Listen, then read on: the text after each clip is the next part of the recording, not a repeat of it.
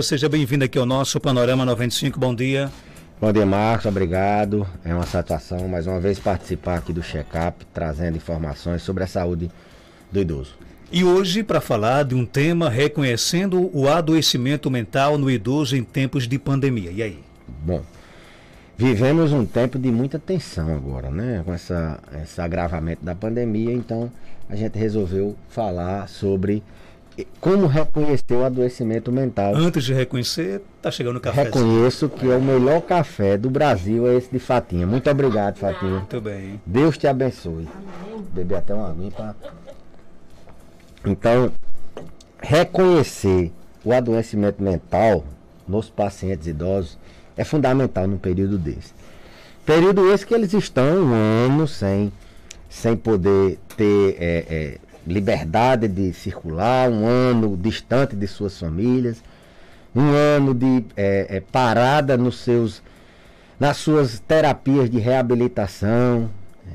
Muitos pararam caminhada, muitos pararam a hidroginástica, muitos pararam a hidroterapia. E esses pacientes que têm uma capacidade, uma reserva fisiológica, uma reserva mental já diminuída em virtude da idade, isso é um processo natural do envelhecimento.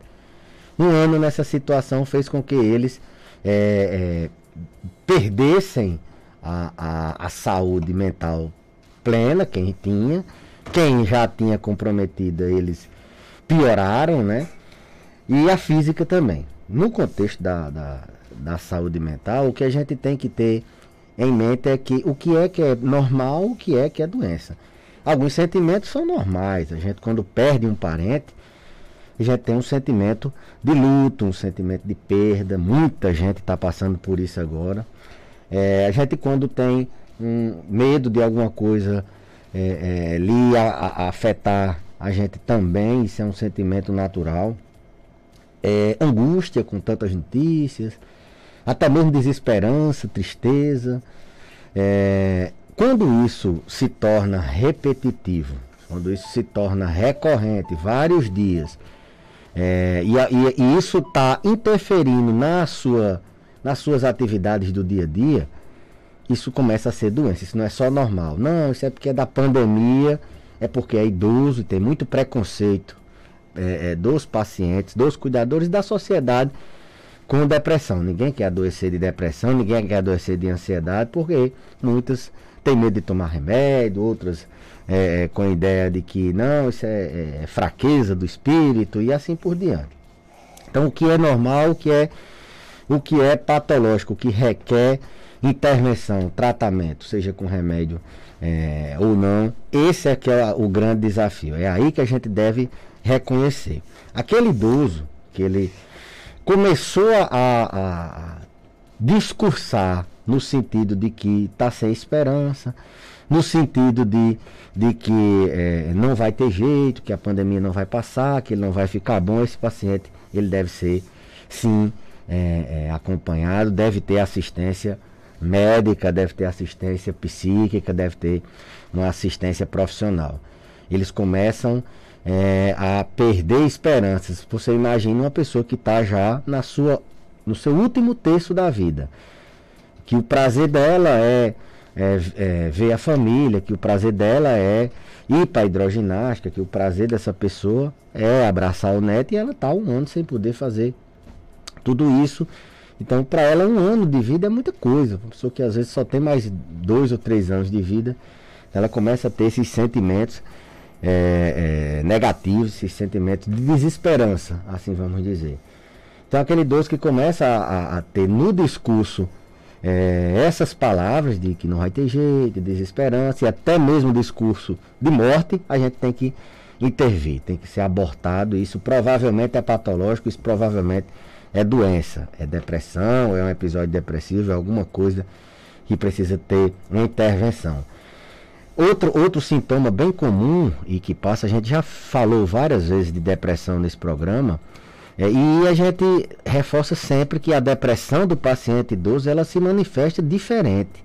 Ela não se manifesta com chororô, muitas vezes, ele não se manifesta com melancolia. Com o paciente jovem, ele abre logo o quadro com os sintomas bem floridos. O paciente idoso, ele simplesmente se isola, ele para de querer conversar, ele diminui a proatividade na conversa, ele se isola mais do que já está, né?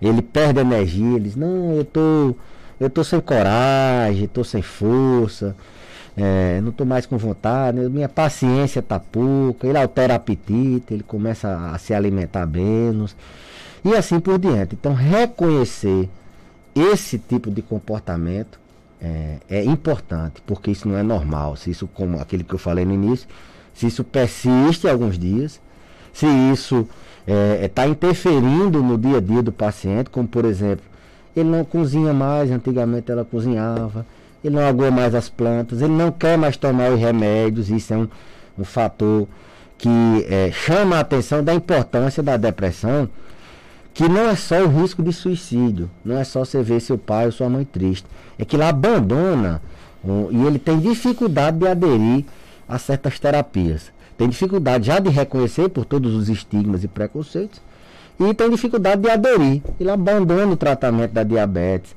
ou toma irregularmente, ele abandona o tratamento da hipertensão, dos medicamentos do coração, abandona o da depressão, ele já deve ter abandonado a essa altura do campeonato. Então, Marcos, a gente tem que atentar para isso. Tem muita gente doente. Essa terceira ou quarta onda que virá não será fácil de adoecimento mental das pessoas, e os idosos não estão longe disso. Pelo contrário, são a parcela que mais vai sofrer com adoecimento mental. Já está sofrendo, né?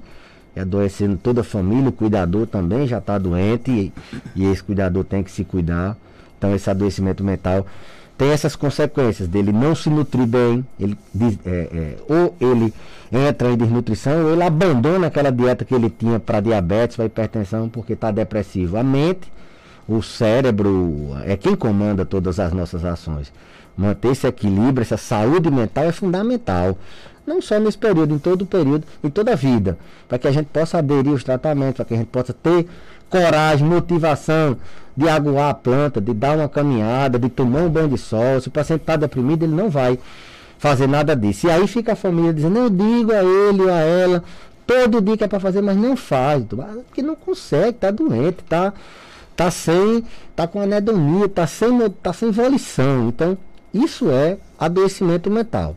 E aí eu falo do adoecimento mental mais nesse sentido de depressão.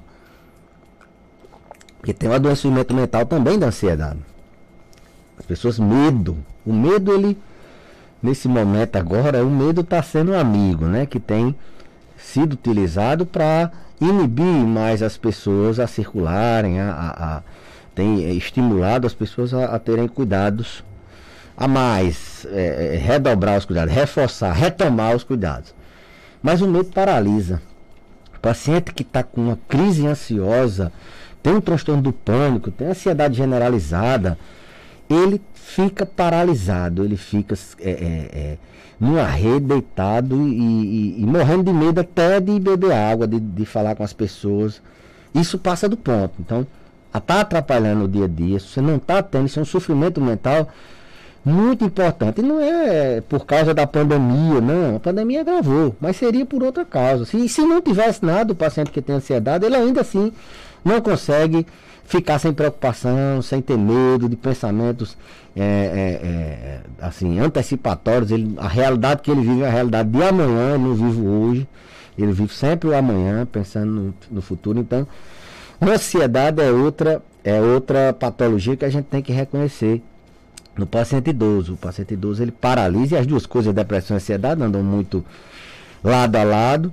Então, aquele medo de paralisar, aquela preocupação excessiva com fatos ou com pessoas que não requerem aquele grau de preocupação, deve ser abordado, porque a ansiedade aumenta nível de estresse, e nível de estresse é mais um fator para diminuir a imunidade, mais um fator que aumenta o risco cardiovascular, que juntando com pressão, com diabetes, juntando com outros fatores cardiovasculares, o estresse se soma e aumenta o risco do paciente ter doença cardíaca, infarto, ter doença cerebral, AVC e assim por diante. O nosso WhatsApp é o 99205-3030. Manda para cá a sua pergunta, 99205-3030.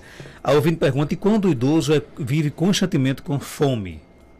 Bom, tem algumas possibilidades. Se for um idoso com doença de Alzheimer ou com alguma outra demência, esse idoso tem uma fase da demência, fase moderada, que eles cursam muito com essas alterações do apetite. Ou eles comem demais ou eles não comem. Quando é que ele não come? Quando é que ele come demais? Ele come, esquece que comeu e pede de novo e a família dá. E assim vai, ele toda hora, e a família acha que aquilo é dele, que ele não é, mas é da doença. E o outro lado da moeda, eles acham que comeu e não querem comer. E aí eles entram no processo de perda de peso, de apetite. Então, paciente que tem demência, é comum esse distúrbio, essa alteração alimentar. Se for um paciente que não tem demência, a gente tem que investigar várias outras causas. Medicamento é uma delas. Existem alguns medicamentos, corticoide, medicamento antipsicótico, medicamento para depressão, alguns, viu? Porque o pessoal já tem medo de tomar remédio controlado. Se a gente disser que engorda, alguns podem sim facilitar o aumento de peso. E doenças, Marcos, tem doenças que elas facilitam o aumento do paciente ter muita fome. Diabetes é uma delas. O tratamento do diabetes faz com que a glicemia baixe e o paciente tenha uma necessidade de subir essa glicemia, então ele tem muita fome. É um dos sintomas do diabetes é a fome. Doenças na tireoide pode dar muita fome. No caso do hipotireoidismo, é muito comum o paciente ter mais fome, ter menos energia e assim por diante. Então, pode ser doença, pode ser remédio, num paciente rígido ou num paciente com demência de Alzheimer ter uma alteração comportamental. Falando de Alzheimer, Marcos, a pandemia também tem afetado a saúde mental dessas pessoas. Quem não tem déficit cognitivo, quem não tem nada na memória, um ano de pandemia isolado, a reserva cognitiva, a reserva mental dele já é baixa pela idade. Se tiver uma genética, alguém na família que teve Alzheimer, então em um ano sem estimulação cognitiva nenhuma, sem ir para uma atividade que ele fazia social, lúdica, sem ter uma rotina de estimulação em várias áreas, ele naturalmente caminha mais rapidamente para começar a abrir um quadro de demência. E os que já têm, eles aceleraram. Em um ano eles perderam cognição que perderiam em 5 anos. Então muitos pioraram o seu quadro de demência, o seu quadro de Alzheimer. Muitos estão tendo surtos, verdadeiros surtos psicóticos. A gente todo dia praticamente até num paciente que surtou. Um paciente que tem Alzheimer, vinha bem controlado e de uma hora para outra ele vem surtando. Porque mudou as referências, ele está no quarto, não está as mesmas pessoas andando ali, ele não está tendo as mesmas referências visuais, as referências que ele tinha antes, e isso faz com que ele simplesmente descompense o Alzheimer. E aí não dorme a família, ele fica 24 horas acordado, tem que ter 2, 3 pessoas toda hora para ele não fugir, para ele não quebrar a casa toda, para ele não pegar uma arma e fazer uma arte, né, como eles dizem. Paciente que tem uma demência descompensada, ele surta como surta uma esquizofrenia, um louco. Então tem que tratar, isso é adoecimento mental também. Nesses casos, Marcos, não adoece só o paciente, não. Adoece todos os cuidadores, adoece toda a família. Todo mundo fica sobrecarregado, porque é uma luta diária. Os medicamentos a gente tem que ir aumentando aos poucos, porque é idoso. Se a gente passar o carro na frente dos bois, a gente pode se dar mal, tem que ir devagarzinho. Então adoece também dessa parte cognitiva, dessa parte das funções mentais. Eles simplesmente surtam. Com relação a essa questão, por exemplo, do reconhecimento do adoecimento mental, esse reconhecimento, no caso, ele pode ser feito dentro de casa ou geralmente ele acontece numa conversa com o geriatra? Não. A orientação é as famílias perceberem e as famílias não retardarem. Semana passada a gente fez um programa assim, falando sobre as comorbidades e a importância de essas comorbidades nesse período agora. É o período mais importante delas estarem controladas. Não é hora da gente, não, eu vou parar uma semana o remédio, eu vou deixar de fazer esse exame que o médico estava para ver se o meu câncer, se minha tireoide, se minha glicose tá controlando. Não é época de quem tem comorbidade. Não, eu vou deixar para o próximo mês, para o próximo semestre, para eu controlar isso, depois eu cuido. Não é hora de abandonar isso, todas as comorbidades. E a questão do adoecimento mental entra nisso também. Reconhecer para poder abordar.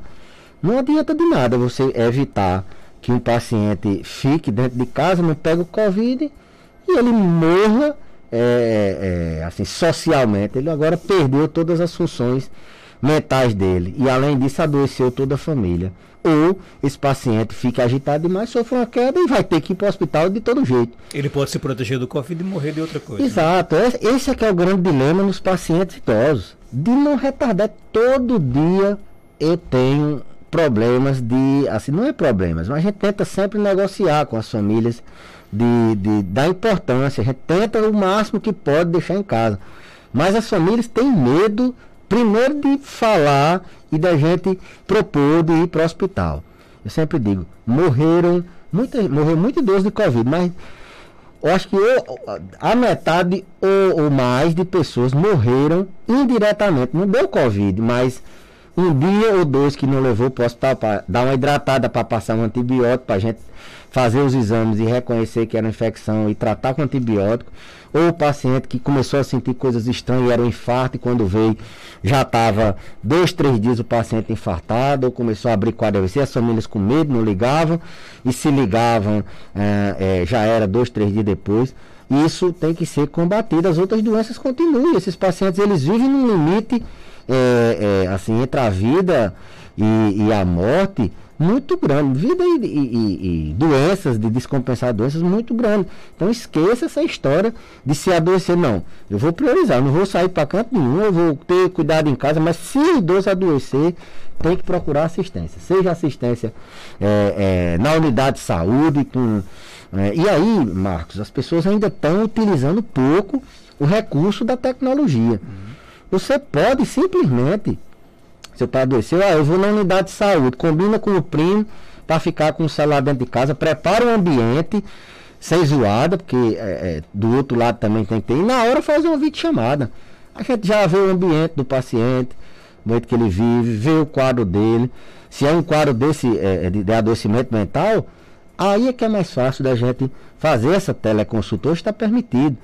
Ou faça vídeos na crise, faça vídeos que você possa levar. Se não der certo você ir, o idoso ir, entre em contato com o médico assistente, com a unidade de saúde, com qualquer que seja o profissional. Utilize a tecnologia. Não é só você mandar um áudio pelo WhatsApp, 10 minutos de áudio não. É você filmar, é você entrar em contato, se aproximar do profissional. Esses pacientes eles não podem ser negligenciado não. Você tem uma desidratação, mata um paciente idoso. Se ele ficar uns dias desidratado, ele morre. Se ele ficar uns dias sem tomar o remédio da diabetes, ou se ele ficar infartado e um infarto, pra você ter ideia, a maioria dos idosos quando adoece de infecção, Marcos, não tem febre.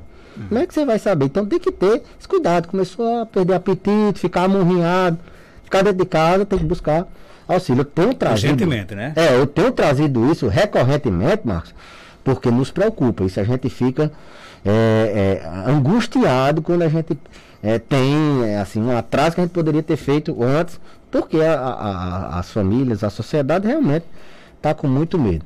E o adoecimento mental não é diferente. Como eu disse, é uma cascata. Ele adoece mentalmente, ele abandona os tratamentos, abandona a dieta, abandona a rotina que ele tinha de se manter o mínimo funcionalmente ativo, abandona aquela caminhada dentro de casa, o banho de sol, os exercícios que ele fazia durante o dia, não quer mais beber água.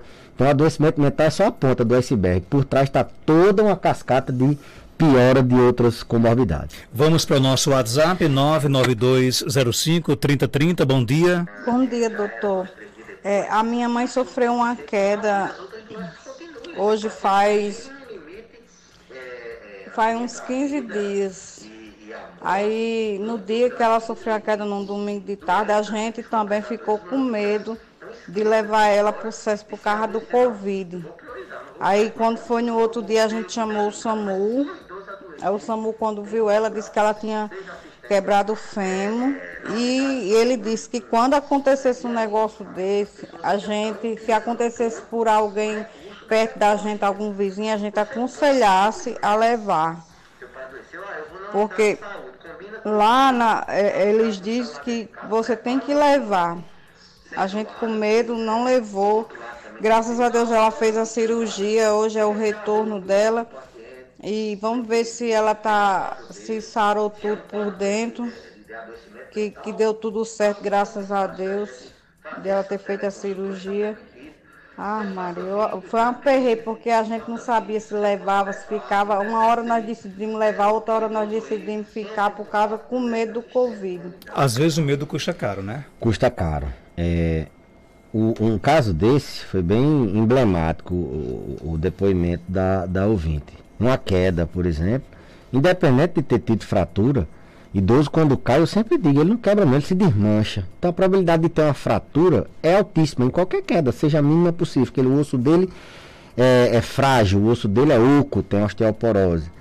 Então, em qualquer circunstância, se ele caiu, alguma coisa está de errado. E a queda é um evento sentinela, ele só avisa, olha, eu estou com infecção, eu fiquei fraco e caí.